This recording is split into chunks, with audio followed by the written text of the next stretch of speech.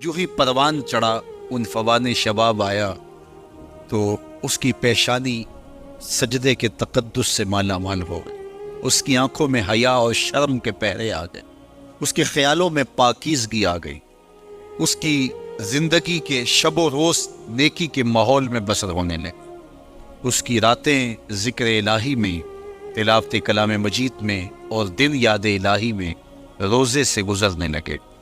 وہ جوان جس کی جوانی اللہ کی عبادت میں گزر، جوانی اگر عبادت میں گزر گئی تو بڑھاپا تو پر نور ہے ہی ہے۔ سب سے مشکل مرحلہ زندگی کا جوانی کا ہے۔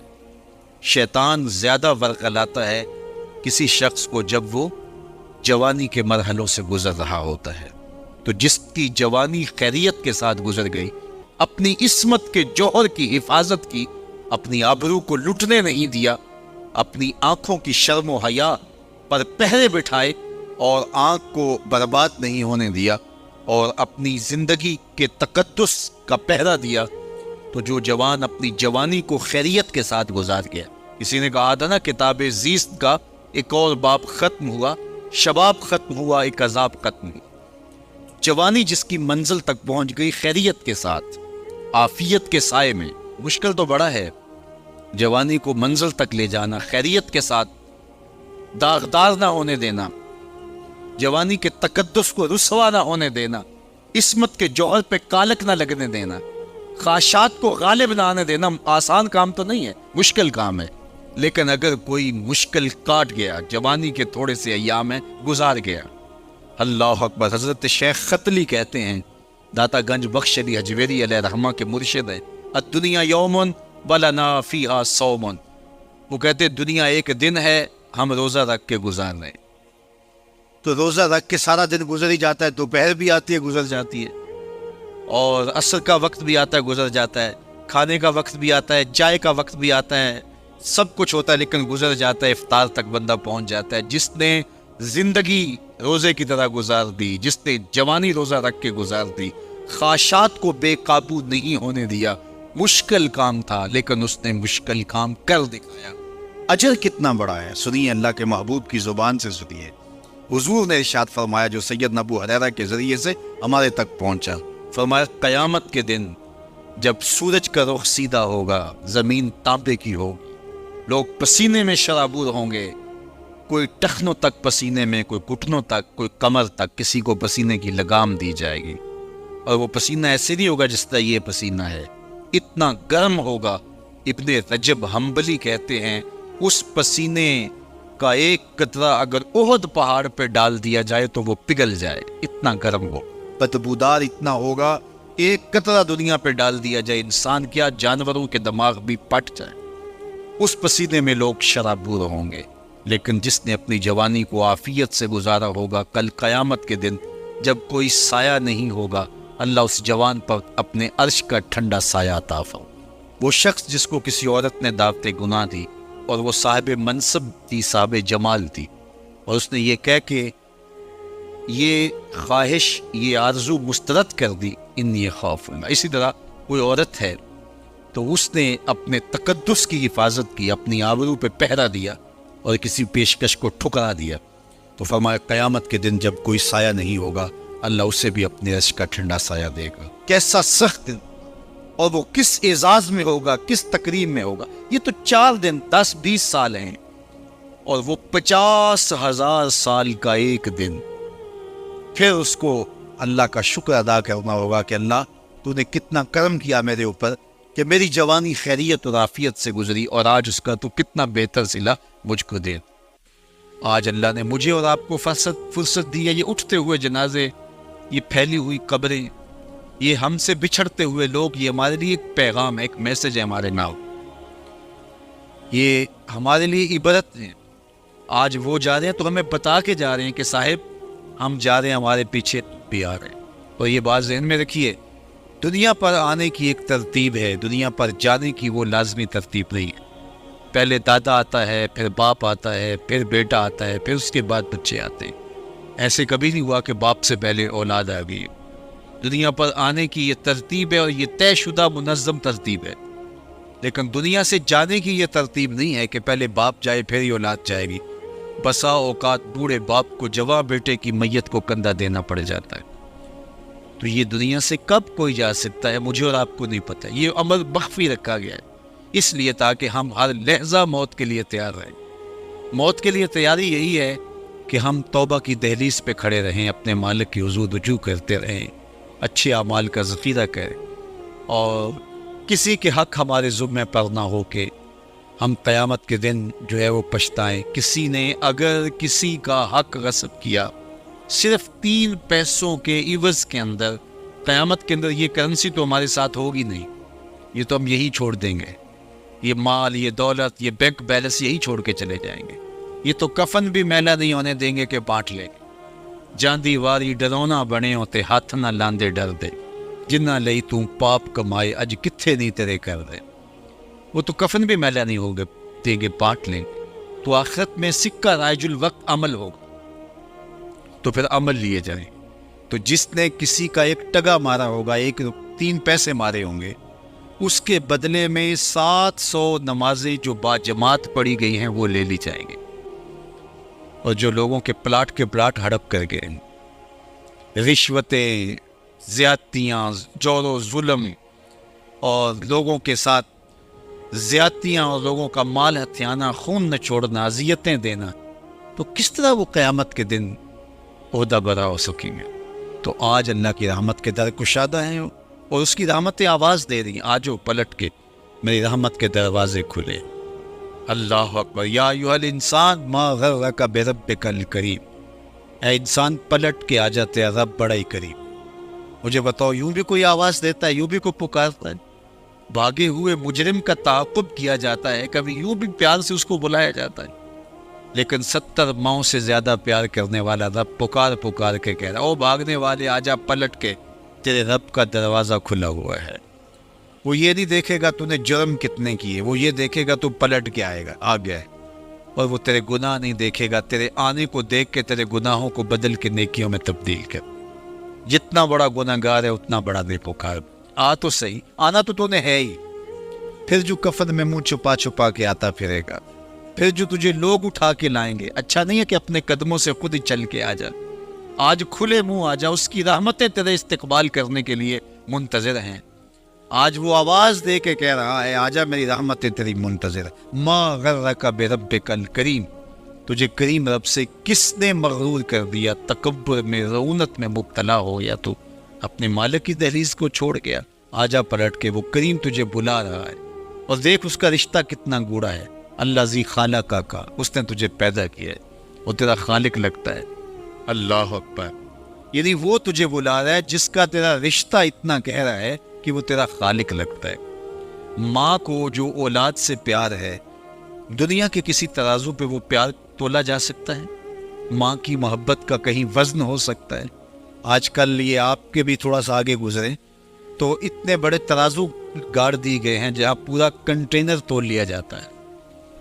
تو میں دوستوں کو کہتا ہوں کہ آج اتنے بڑے بڑے ترازو ایجاد ہو گئے ہیں کہ جہاں کنٹینر توڑ لیے جاتے ہیں، پہاڑ توڑ لیے جاتے ہیں آج جدید دنیا کے اندر، لیکن کوئی ترازو ایسا آج تک ایجاد نہیں ہوا جس پر ماں کے پیار کو بھی تولا جا سکے۔ اس کے سینے میں جو تڑپتی ہوئی ممتا رکھی گئی ہے، محبت کا جو جہاں آباد کر دیا گیا، الفتوں کی ایک کائنات ماں کے سینے میں رکھ دی گئی، اس کا نعم البدل کیا بدل بھی موجود نہیں۔ ماں جب بولتی ہے تو اس کے لہجے میں جبریل بولتا ہے، ماں جب مسکراتی ہے تو لگتا ہے جنت کی ساری کلیاں کھل اٹھی۔ وہ سینے میں درد، وہ درک، وہ محبت، وہ کائنات، وہ انوکھا پیار جو اولاد کے لیے رکھتی ہے، یہ اتنا پیار ماں کے سینے میں پیدا کیسے ہوا؟ تو آپ کے پاس ایک ہی جواب ہوگا، اس لیے کہ ماں نے اولاد کو جنم دیا ہے۔ اولاد کو جنم دیا ہے، وہ اتنا پیار کرتی ہے، تو جس رب نے خلق کیا ہے وہ کتنا پیار کرتا ہو۔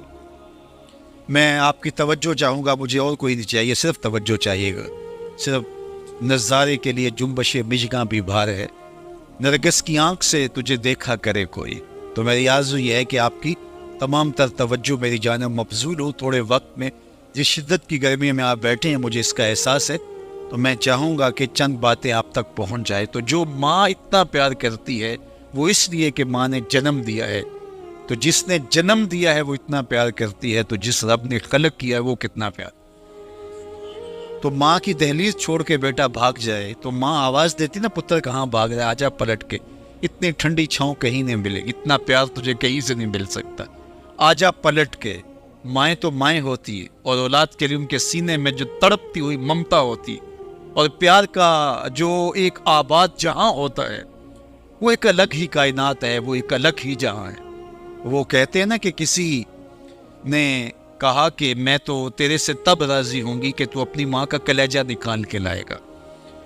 تو وہ بدمست عاشق اپنی ماں کی آرزو، اپنی محبوبہ کی آرزو کو پورا کرنے کے لیے اس عمل سے بھی گزر گیا، اور ماں کا کلیجہ چیرا، اور تشتری میں رکھ کے اپنی محبوبہ کے لیے اس کا کلیجہ لا رہا تھا۔ تو راستے میں ٹھوکر لگی تو ماں کے کلیجے سے آواز آئی کہ پتر سٹتے نہیں لگے۔ یہ ماں کے پیار کا روپ ہے، یہ ماں کی محبت کے بکھرے ہوئے رنگ ہیں، یہ چھلکتا ہوا اجالا اور نور اور روشنی ہے۔ ماں اتنا پیار کرتی ہے، اللہ اکبر۔ تو ماں کو اتنا پیار اس لیے ہے کہ اس نے جنم دیا، اور رب نے تو خلق کیا دستے قدرت سے۔ تو ماں کی دہلیز چھوڑ کے بچہ بھاگ جائے تو ماں کہتی ہے پتر آجا واپس پلٹ کے، اور جب بیٹا پلٹ کے آتا ہے تو ماں سب بھول جاتی ہے کہ اس نے کیا کیا تھا۔ تو جو 70 ماؤں سے زیادہ پیار کرتا ہے اس کی بھی آوازیں آ رہی ہیں، لا تقنطوا من رحمت اللہ، آجا پلٹ کے میری رحمت سے نا امید نہ ہونا۔ میں یہ نہیں دیکھوں گا تو مجرم کتنا بڑا ہے، میں یہ دیکھوں گا تو میری دہلیز سے پلٹ کے آ گیا ہے۔ تو اس کی رحمتیں بندے کو پکار رہی۔ تو یہ اٹھتے ہوئے جنازے، یہ پھیلی ہوئی قبریں، اور یہ ہم سے بچھڑتے ہوئے ہمارے احباب، دوست، بھائی، عزیز، یہ ہمیں بتاتے ہیں کہ میاں اس زندگی سے، زندگی کا متعین سفر کاٹ کر کے تم بالآخر اللہ کے حضور پلٹ کے آنے والے ہو۔ اخروی زندگی کے لیے اچھے اعمال کا ذخیرہ جمع کرو اور اپنی آخرت کی تیاری کرو، چونکہ موت جب آ جاتی ہے تو ایک لمحے کا بھی تقدم و تاخر نہیں ہوتا۔ موت ایک اٹل طے شدہ امر واقعی اور حقیقت واقعہ ہے، بہر صورت اس نے آ کے رہنا ہے، بلکہ اللہ تعالیٰ جل شانہ نے اس کو اچانک رکھ کر کے ہمیں ہر وقت مستعد اور فعال رہنے کی ترغیب دی کہ تاکہ ہم ہر لحظہ، ہر ساتھ اپنے آپ کو آمادہ رکھیں، کسی وقت بھی بلاوا آ سکتا ہے اور ہم موت کی اس گاڑی میں سوار ہو سکتے ہیں۔ اللہ اکبر۔ تو آئیے میں اور آپ اللہ کی بارگاہ میں دعا بھی کرتے ہیں اور اپنی زندگی کو بہتر بنانے کی منصوبہ بندی بھی کرتے ہیں۔ جب لوگ ہم سے جدا ہوتے ہیں تو ہمیں عبرت ہوتی ہے کہ ہم بھی جا رہے ہیں۔ حضرت یعقوب علیہ السلام نے حضرت اسرائیل سے عہد لے رکھا تھا کہ میری روح قبض کرنے کے لیے اچانک نہیں آنا، پہلے کوئی قاصد بھیج دینا تاکہ میں موت کی تیاری کروں۔ انبیاء تو تیاری ہوتے ہیں، کچھ چیزیں تعلیم امت کے لیے ہوتی۔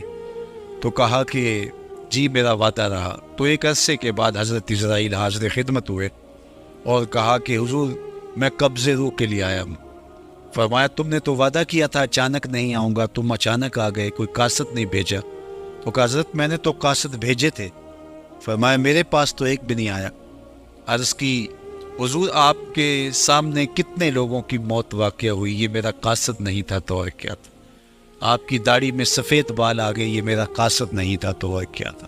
جب کمر میں خم آنے لگے، جب اعضاء مدمحل ہونے لگے، جب چلتے ہوئے ٹھوکنے لگے، جب زبان میں لکنت آنے لگے، جب یادداشت کھونے لگے، جب بالوں میں چاندی اترنے لگے، جب انسان کے اعضاء جواب دینے لگے، تو سمجھو یہ پیغام موت آ گئے۔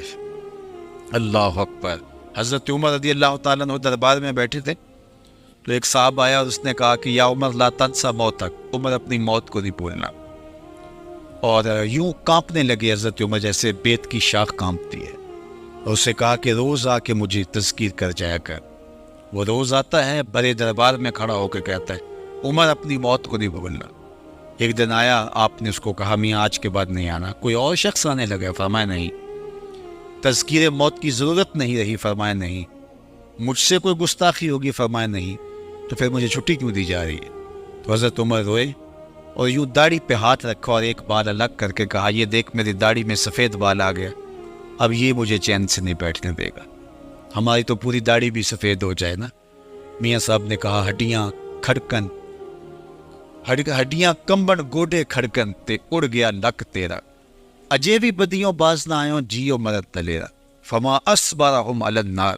اللہ قرآن میں فرماتا ہے کتنا حوصلہ ہے لوگوں کا آگ پر، کتنی ڈٹائی کے ساتھ کہہ دیتے ہیں یہ جہاں مٹھا ملا کس نے ڈٹھا۔ قبرستانوں میں جا کے دیکھو کس نے دیکھا ہے آخر والا جانا۔ حضرت سیدنا غوث اعظم الشیخ عبد القادر الجیلانی علیہ رحمہ و رضوان فرماتے جاؤ قبرستانوں میں جا کر دیکھو کیسے کیسے حسینوں کی مٹی خراب ہو رہی ہے، جو بدن پہ چٹکی مٹی نہیں پڑنے دیتے تھے آج ان کے کفن بھی تار تار ہو گئے۔ خیر کنے فلاں و غنیمت شمار عمر، زاں بیشتر کے بانگ برائت کے فلاں نمات۔ تو نے بھی چلے جانا ہے یا بیٹھ نہیں رہنا، یہ اٹھتے ہوئے جنازے تجھے عبرت دیتے ہیں، یہ پھیلی ہوئی قبریں تمہیں بتاتی ہیں کہ میاں تم بھی اسی مٹی کا رزق بننے والے ہو، تم ہی یہی چادر اوڑھ کے سونے والے ہو، تم دو لباس کے دو کپڑوں کے اندر، دو سفید چادروں کے اندر ملو۔ کہاں گئی وہ پوشاکیں، کہاں گئے وہ برانڈ، کہاں گئے وہ تمہارے قیمتی بیڈ، اور کہاں گئے اے سی لگے ماحول سے آراستہ کمرے؟ امیر ہے یا غریب ہے وہ 2 گز زمین، اور وہی مٹی کا اوڑھنا، مٹی کا بچھونا، وہی 2 گز کفن، وہی کل کائنات، اور وہاں جو کیے ہوئے عمل ہیں وہی سکہ رائج الوقت ہوگا۔ تو قبل اس سے کہ وہ وقت آ جائے اور پھر ہاتھ بلے، فلاں چیخ کے کہتا تھا مجھے اس کی بات سن لینی چاہیے تھی، فلاں پکار کے کہتا تھا اس کی آواز پہ کان دھرنا چاہیے تھا، فلاں اٹھتا ہوا جنازہ مجھے عبرت دے دیتا، فلاں بندے نے مجھے یہ کہا تھا اس کی بات پہ کاش میں عمل کر لیا ہوتا۔ لیکن اس دن پچھتاوے سے کیا ہوگا؟ آج کا پچھتاوا کل کی بہتری کا ضامن ہو سکتا ہے، آج کا پچھتاوا زندگی بدل ہو سکتا ہے، آج کا پچھتاوا توبہ کا سبب و ذریعہ ہو سکتا ہے، آج کا پچھتاوا دل کے میل اتار سکتا ہے، اور کل کا پچھتاوا سوائے حسرت بڑھانے کے، سوائے دکھ بڑھانے کے، سوائے تکلیف میں اضافے کے اور کچھ نہیں ہوگا۔ اس لیے میں اور آپ اپنی زندگی کی منصوبہ بندی کریں۔ مجھے پتہ ہے میں کہاں کھڑا ہوں اور آپ کو بھی پتہ ہے کہ ہم کہاں کھڑے ہیں۔ آپ مجھے اچھا سمجھتے ہیں، یہ آپ کی مہربانی، لیکن مجھے تو پتہ کہ اچھا ہوں یا نہیں۔ میں آپ کو کے دیکھیے، اپنے من میں اتر کر کے دیکھیے، اپنا محاسبہ کیجئے، اپنے اعمال کا تجزیہ کیجئے، جو نیکیاں کی ہے اور جو برائیاں کی ہیں ان کا اندازہ کیجئے۔ جو برائیاں کی ہیں وہ تو کنفرم برائیاں ہیں، اور جو نیکیاں کی ہیں ذرا دیکھیے وہ نیکیاں ہیں یا ریا کے لیے کی ہیں، دکھلاوے کے لیے کی؟ نیکیاں کسی کو دکھلانے کے لیے کی ہیں؟ کس مقصد کے لیے نیکیاں کی ہیں؟ تھوڑی سی ریا بھی شرک بتائی گئی ہے، ساری محنت کہیں ضائع تو نہیں چلے گی۔ ہمارے پاس ہے کیا؟ ہمارے دامن میں گناہ ہے تو لتھڑے بڑے ہم، سویر سے لے کر شام تک، چغلی غیبت سے لے کے بدکاریوں تک، نگاہوں کی بدکاریوں سے لے کر کے سوچوں کی بدکاریوں تک ہم کہاں پڑے رہتے ہیں، اور دوسری جانب ہمارے پلے میں نیکیاں کتنی ہیں ہمیں سارا پتہ ہے۔ ایک تو نامہ اعمال قیامت کے دن تولا جائے گا، ہم خود اپنے ضمیر کی عدالت میں ترازو گاڑ کے تولے۔ حضرت عمر فرمایا کرتے تھے حاسبوا قبل ان تحاسبوا، اس سے قبل کہ تمہارا حساب کیا جائے تم اپنا حساب پہلے ہی خود کر دو۔ کبھی آپ عمرے پہ جاتے ہیں یا بیرون ملک سفر کرتے ہیں تو وہاں سامان باندھ کر کے پہلے تول رہے ہوتے ہیں کہ ایئرپورٹ پہ پریشانی نہ ہو۔ حالانکہ ایئرپورٹ پہ اگر 2-4 کلو سامان بڑھ بھی گیا تو کوئی بات نہیں، 4 ریال دے کے آپ سامان لا سکتے ہیں، لیکن اس کے باوجود آپ وہاں کسی سے ترازو مانگ کے بار بار اپنے پیس تول رہے ہوتے ہیں کہ جناب ایئرپورٹ پہ جا کے پریشانی نہ ہو۔ تو اس دنیا پر بھی آپ مال تول لو، کہیں نزاع کے وقت پریشانی نہ ہو، کہ حشر کے وقت جب آپ مال تولنے لگے تو وہاں پریشانی۔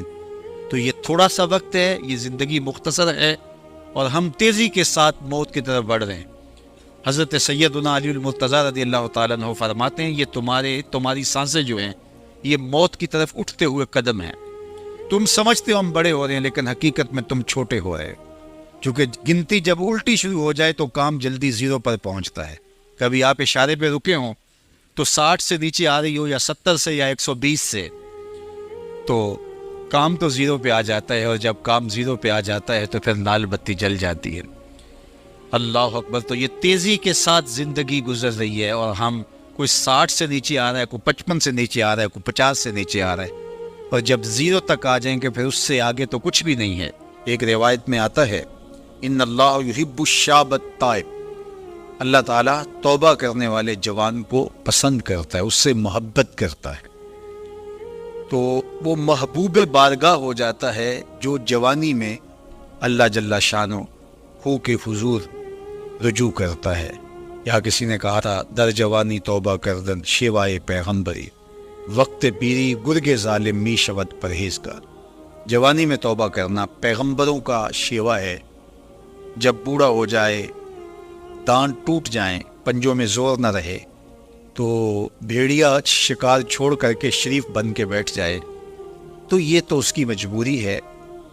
جوانی میں توبہ کرنا جب قوا مضبوط ہوں، جب شباب کی جولانیاں ہوں، جب آرزوئیں جواں ہوں، جب خواہشیں پگلی ہوں، اور پھر اس کے باوجود اپنی خواہشات کو کنٹرول میں رکھنا، اپنی آرزوؤں کو لگام ڈال دینا، اور اپنی تمناؤں کو حصار میں رکھنا، اور اللہ سے ڈر کے گناہوں کو چھوڑنا، اور اس کے حضور سجدہ ریزیاں، اس کے حضور خشوع و خضوع کے ساتھ زندگی کے لمحات بسر کرنا، یہ خوش نصیب لوگوں کا مقسوم ہوتا ہے.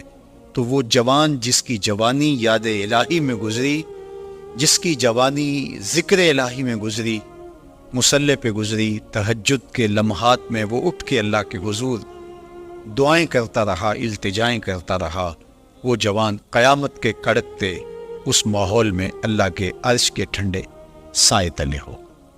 تیسرا شخص جس کو اللہ تعالیٰ قیامت کے دن اپنے عرش کا ٹھنڈا سایہ عطا کرے گا، وَرَجُلٌ قَلْبُهُ مُعَلَّقٌ بِالْمَسَاجِدِ، وہ شخص جس کا دل مسجد کے ساتھ جڑا ہوا ہے، مسجد کے ساتھ لٹکا ہوا ہے. مسجد کی ملازمت، مسجد کی حاضری، مسجد کی صفائی، مسجد کی ستھرائی، مسجد کی پاکیزگی کے لیے کوشش، مسجد کی تعمیر، مسجد کی تزئین اور مسجد کی آبادی کے لیے دن رات کوشاں رہا. ایک نماز کے بعد دوسری نماز کا انتظار کرتا ہے. تو یہ خوش نصیب وہ ہے جس کا دل جڑا ہوا ہے مسجد کے ساتھ. ایک جلیل القدر نام آپ نے سنا ہے، اور وہ ہے ربیع بن خثیم رضی اللہ تعالیٰ. انہیں حمامت المسجد کہا جاتا تھا، مسجد کا کبوتر. تو یہ کہا کرتے تھے اس قدر مسجد میں رہتے تو کہتے مجھے اچھا لگتا ہے کہ میں اللہ کے گھر میں رہوں. تو یہ فرمایا کرتے تھے کہ جس دن اذان ہو اور مجھے مسجد میں نہ پاؤ تو سمجھ لینا کہ میرا انتقال ہو گیا. یہ ہو نہیں سکتا کہ ندائے نماز ہو، اذان پکاری جائے اور مجھے آپ مسجد میں نہ دیکھو. تو مسجد کی حاضری یہ ان کا شعار حیات تھا، اس لیے ان کو حمامت المسجد، مسجد کا کبوتر کہا گیا. تو کتنے خوش نصیب لوگ ہیں جو مسجد سے جڑے ہوتے ہیں. فرمایا کچھ لوگ ہیں جو مسجد سے یوں جڑے ہوئے ہوتے ہیں جس طرح لکڑی میں کیل ٹھکا ہوتا ہے. تو چوب کے اندر جس طرح کیل جڑا ہوا ہوتا ہے، اسی طرح وہ مسجد کے ساتھ جڑے ہوئے. تو کبھی وہ بیمار ہو جائیں اور وہ مسجد حاضر نہ ہو پائیں تو اللہ کے کچھ فرشتے ہیں جو ان کی عیادت کرنے کے لیے ان کے گھروں میں جاتے ہیں.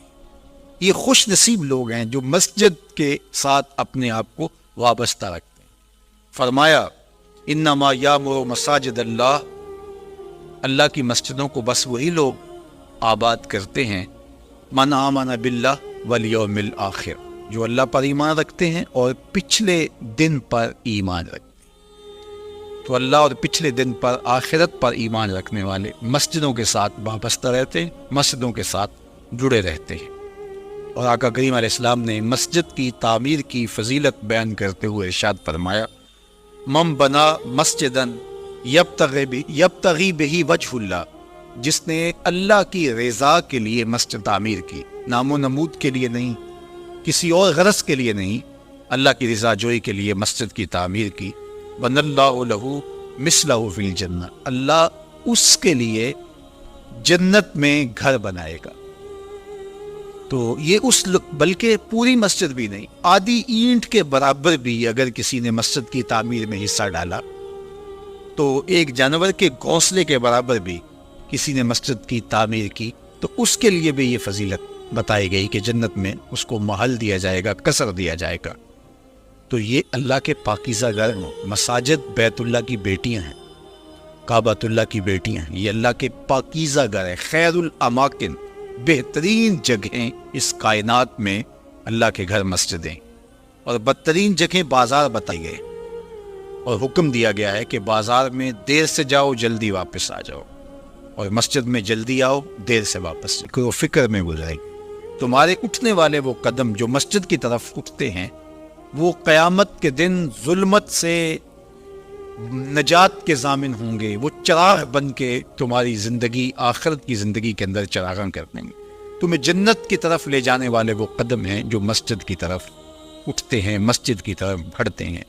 تو اللہ کے پاکیزہ گھروں کی طرف ہمارا رب، ہمارے قلب کا تعلق، ہماری محبت کا رشتہ، یہ ہمارے دین کا تقاضا ہے. اللہ اور پچھلے دن پر، آخرت پر مضبوط عقیدہ مسجد سے ہمیں جوڑتا ہے. کبھی کسی مجبوری کی وجہ سے مسجد جانے سے قاصر ہوں، بیمار پڑ گئے ہیں، مسجد نہیں جا سکتے، یا حالات ایسے ہیں جس طرح آج کل کے حالات ہیں کہ مسجد میں جانا کسی وجہ سے موقوف ہو گیا، تو مومن اس پر خوشی محسوس نہیں کرے گا. وہ بیماری کی وجہ سے یا کسی اور سبب سے مسجد نہیں جا پا رہا تو اس کا اندر بے چین ہوگا، اور وہ دعائیں کرے گا، مالک وہ لمحے آئیں کہ تیرے پاکیزہ گھر میں میری حاضری ہو، تیرے دربار میں حاضر ہوں، تیری چوکھٹ پہ جا کے سلامی پیش کروں، میری پیشانی تیرے حضور مسجد کے فرش کو چھوئے اور تیری بندگی کے ترانے گائے. تو وہ یہ آرزو کرے گا، اگرچہ شریعت اس کو رخصت بھی دیتی ہو، لیکن پھر بھی اس کی تمنا تو ہوگی. وہ اس پر شکر نہیں بجا لائے گا، بغلے نہیں بجائے گا کہ چلو ایک بہانہ مل گیا، نہیں، بلکہ وہ اس پہ خوش نہیں ہوگا، الٹا اس کی طبیعت کے اندر ایک بے چینی اور اضطراب پیدا ہوگی، چونکہ وہ جڑا ہوا ہے، اس کا دل جڑا ہوا مسجد کے ساتھ. تو ایسا شخص جس کا دل مسجد کے ساتھ جڑا ہوا ہے، تو میرے اور آپ کے آقا و مولا نے فرمایا قیامت کے دن جب کوئی سایہ نہیں ہوگا، اللہ اس کو اپنے عرش اجتمع علیہ و تفرق علیہ. وہ شخص، وہ دو اشخاص جو محبت کرتے ہیں تو اللہ کے لیے، آپس میں جب ملتے ہیں تو اللہ کے لیے، جدا ہوتے ہیں تو اللہ کے لیے. یعنی ان کی محبت کسی دنیاوی منفعت کے لیے نہیں، کسی ذاتی غرض کے لیے نہیں، محض دوستیاں پیدا ہو جاتی ہیں اور ایک دوسرے کو ملے بغیر تسین نہیں ہوتی، اس لیے نہیں، بلکہ ان کی دوستی بعض اللہ کی رضا کے لیے، اللہ کی خوشنودی کے لیے. الحب للہ والبغض للہ، اللہ کے لیے محبت، اور جب بغض کسی سے ہے، دشمنی کسی سے ہے، تو وہ بھی اللہ کے لیے. جس میں تنہائی میں اللہ کا ذکر کیا، اللہ کو یاد کرنے بیٹھ گیا، کوئی دیکھنے والا نہیں تھا، وہ تنہا تھا، حجرے میں تھا، اپنے بند کمرے میں تھا، اپنے رب کو یاد کیا. اللہ کی یاد کرتے کرتے اس کی آنکھوں سے آنسو ٹپکنے لگے، اس کی آنکھیں آنسوؤں کا خراج دینے لگی. تو میرے اور آپ کے آقا و مولا نے فرمایا کہ یہ آنسو اتنے قیمتی ہیں، ان آنسوؤں کے بدلے میں قیامت کے دن اسے عرش الہی کا سایہ نصیب ہو، عرش الہی کا سایہ اسے نصیب ہوگا ان آنسوؤں کے بدلے میں. رومی علیہ رحمہ فرماتے ہیں جہاں پانی گرتا ہے وہاں سبزہ اگتا ہے، جہاں آنسو گرتے ہیں وہاں رحمت اترتی ہے. تو اس لیے جو اللہ کی یاد میں رونے کا لطف ہے اور اللہ کی یاد میں آنسو بہانے کا اجر اور صلہ رکھا گیا ہے، یہ گناہوں کو دھو ڈالتا ہے، یہ اندر کی صفائی اور ستھرائی کا سبب اور ذریعہ ہے. میرے اور آپ کے آقا مولا نے فرمایا راتوں کی تنہائیوں میں اٹھ کے قرآن پڑھا کرو اور قرآن پڑھتے ہوئے رویا کرو. پھر فرمایا فَإِلَّمْ تَبْكُوا فَتَبَاكُوا، اگر رونا نہ آئے تو رونے کی کوشش کیا کرو. حضرت داتا گنج بخش علی حجویری سے ایک مرید نے کہا حضرت اگر رونے کی کوشش کریں پھر بھی رونا نہ آئے، فرمایا پھر اپنے مقدر پہ رویا کرو. تم اتنے سنگ دل ہو گئے ہو کہ تمہاری آنکھیں آنسوں کا خراج نہیں دیتی. جو رونا نہیں جانتا وہ اللہ کی رحمتوں کو اور اللہ کی کرم نوازیوں کو کیسے سمیٹ پائے گا. بچہ روتا ہے تو ماں دودھ دیتی ہے. جب بندہ اللہ کی حضور الہاؤ زاری کرتا ہے، عجز کرتا ہے، انکساری کرتا ہے، تو اللہ کی رحمتوں کو جوش آتا ہے اور اللہ تعالیٰ کی رحمتیں اس پہ برستی ہیں، اور اس کے نہ صرف گناہ معاف ہوتے ہیں بلکہ اللہ تعالیٰ اس کے گناہوں کو بدل کے نیکیوں میں تبدیل کر دیتا ہے. ایک فقیر تھا، ملنگ درویش، اللہ کا بندہ. اس کی عادت یہ تھی کہ اپنے ڈیرے پہ آنے والوں کو کھلاتا، ان کو پلاتا، ان کی ضروریات کا خیال رکھتا، لیکن ان کو مالی آسودگیاں نہیں تھی. ہوتا یہ تھا کہ بعض اوقات لوگ آتے تو ادھار لے کر کے وہ لوگوں کو کھلا دیتا. خیر چونکہ فقیر کا مزاج یہ ہوتا ہے کہ لوگ آئیں اس کے ڈیرے سے کھائیں. بابا بلے شاہ نے بھی کہا تھا نا, اٹ کھڑک کے دکڑ بجے تتا ہوئے چلا, آن فقیر کھا کھا جاون راضی ہوئے بلا. یہ فقیروں کا مزاج ہے. تو جو بھی آتا اس کے ڈیرے سے کھاتا اور وہ ادھار اٹھا اٹھا کے لوگوں کی ضروریات کو پورا کرتے رہتے. وقت آخر آ گیا, جن لوگوں نے ادھار دیا تھا وہ سارے تقاضا کرنے آ گئے. اب بابا جی کو کیا فکر لاحق ہے کہ یہ میرے مہمان اور میں ان کو کچھ پیش کرنے کی صلاحیت نہیں رکھتا. ایک بچہ تھا, وہ کچھ سامان بیچ رہا تھا, پتیسا بیچ رہا تھا یا کوئی اور چیز بیچ رہا تھا. اس نے گلی سے گزرتے ہوئے آواز لگائی, خاتم کو پائے سے بلا کے لاؤ. کہا تم بیچ رہے ہو تو میرے مہمانوں کو کھلا دو. بچہ بڑا خوش ہوا کہ میں سارا دن گلیوں میں گھوم کے یہ پتیسا بیچنا تھا, اب یہ ایک جگہ ہی سارا فروخت ہو گیا تو یہ تو موج لگ گئی, میں جلدی گھر چلا جاؤں گا, میری ماں خوش ہو گئی. تو سارا ان مہمانوں کو کھلا دیا گیا. اور اس کے بعد کہا بابا جی پیسے. کہا تم بیٹھ جاؤ, جب ان کو ملیں گے تو تجھے بھی مل جائیں گے. وہ بیٹھ گیا, 2 4 10 منٹ بیٹھا تو بچہ تھا پھر کھڑا ہو گیا, بابا جی پیسے. کہا جب ان کو ملیں گے تو تجھے بھی مل جائیں گے. پھر آدھا گھنٹہ گزرا تو پھر اس نے کہا بابا جی پیسے, میری ماں میرا انتظار کر رہی ہے, ہمارے گھر کا چولہا اسی سے جلتا ہے, میں یہ پیسے لے کر جاؤں گا اور میری ماں کوئی ہنڈیا خریدے گی اور ہم شام کا گھر کا کوئی سلسلہ کریں گے. کہا بیٹا جب ان کو ملے گا تو تجھے بھی مل جائے گا. بچے نے رونا شروع کر دیا. یتیم بچہ تھا, اس کا سارا آسرا یہی تھا, اس نے رونا شروع کر دیا. جب بچہ رویا اللہ کی رحمت کو جوش آیا. کوئی مرید نذرانہ لے کے ان بزرگوں کے پاس آ گیا اور اشرفیوں کی بری ہوئی تھیلی پیش کی. وہ اتنے پیسے تھے کہ اس بچے کو بھی دیے, جتنے لوگ آئے تھے سب کا قرض چکایا. کہا جاؤ گھروں کو. تو سب نے کہا بابا جی ہم صبح سے بیٹھے ہوئے تھے تو یہ نذرانہ دینے والا صبح سے نہیں آیا, تو اب کیسے آ گیا؟ کہا صبح سے تمہارے اندر کوئی رونے والا نہیں تھا, ایک رونے والا آیا تو باقیوں کا بھی کام بن گیا. بعض اوقات کسی ایک شخص کی وجہ سے باقیوں کی خطائیں بھی معاف ہوتی ہیں.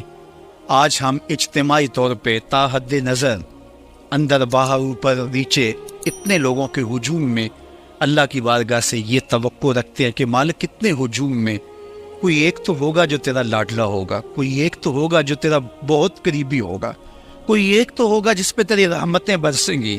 تو مالک اس کے صدقے سے ہماری خطائیں بھی معاف کر دے, ہمارے گناہ بھی معاف کر دے. کوئی ایک رونے والی آنکھ مل گئی تو باقیوں کا بھی کام بن جائے گا. اٹھ فریدا ستیا تے میلہ ویکھن جا, وت کوئی بخشیا مل جاوے تے توں ہی بخشیا جا.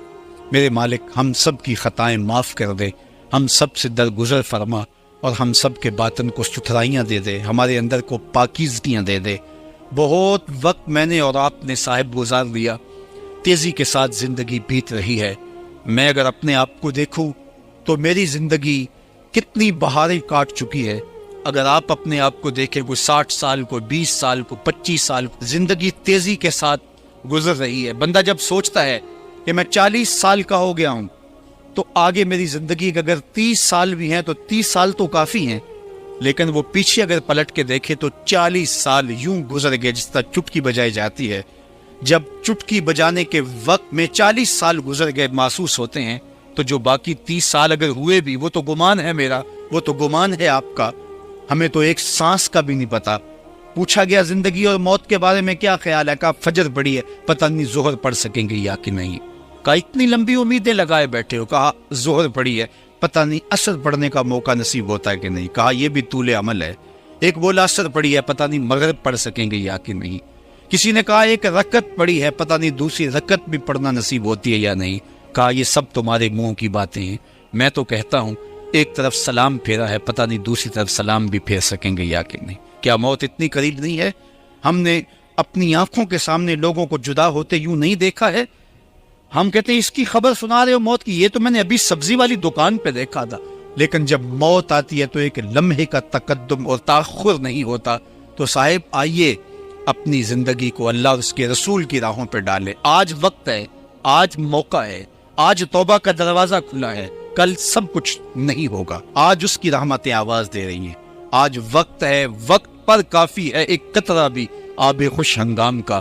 جل گیا جب کھیت برسا می تو پھر کس کام کا۔ اب آئیے سنیے، اس کائنات کے اندر ہمیں وہ خواتین ملیں گی جو پردے کے پیچھے تھی، لیکن پردے کے سامنے ماں نہیں آئی، عبد القادر جیلانی آئے۔ ماں پردے کے پیچھے تھی، پردے کے سامنے فرید الدین گنج شکر آئے۔